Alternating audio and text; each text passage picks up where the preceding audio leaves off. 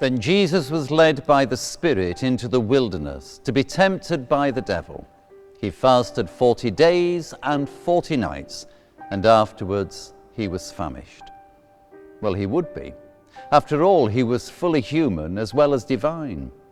It was a miracle he survived such an ordeal at all.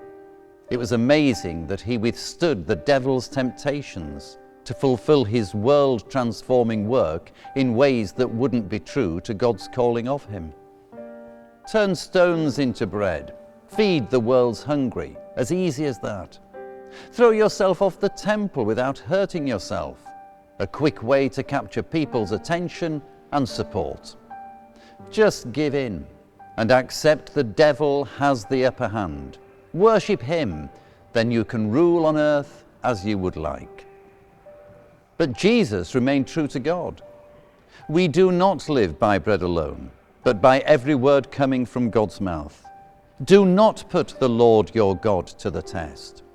Worship the Lord your God and serve only him.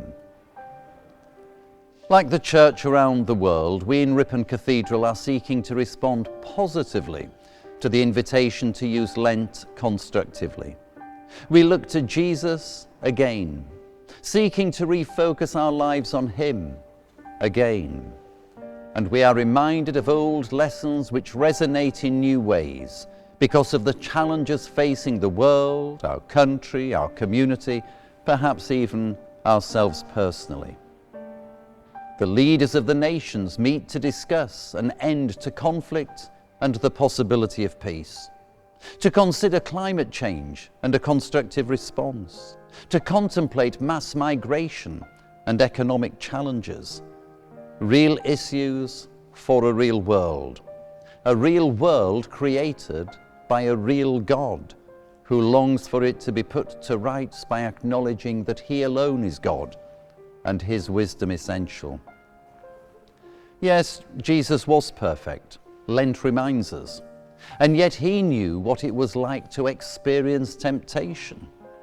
Perhaps there is comfort to be had from that.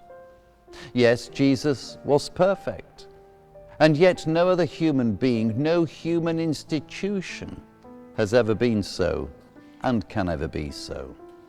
That's sobering and reminds us of our need for divine grace. Lent invites us to refocus our lives on Christ. It invites us to reshape our lives with reference to his perfect example. We might even be taking on a challenging discipline for the duration of Lent.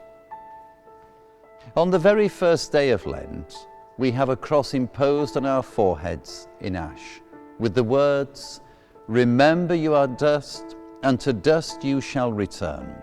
Turn away from sin and be faithful to Christ."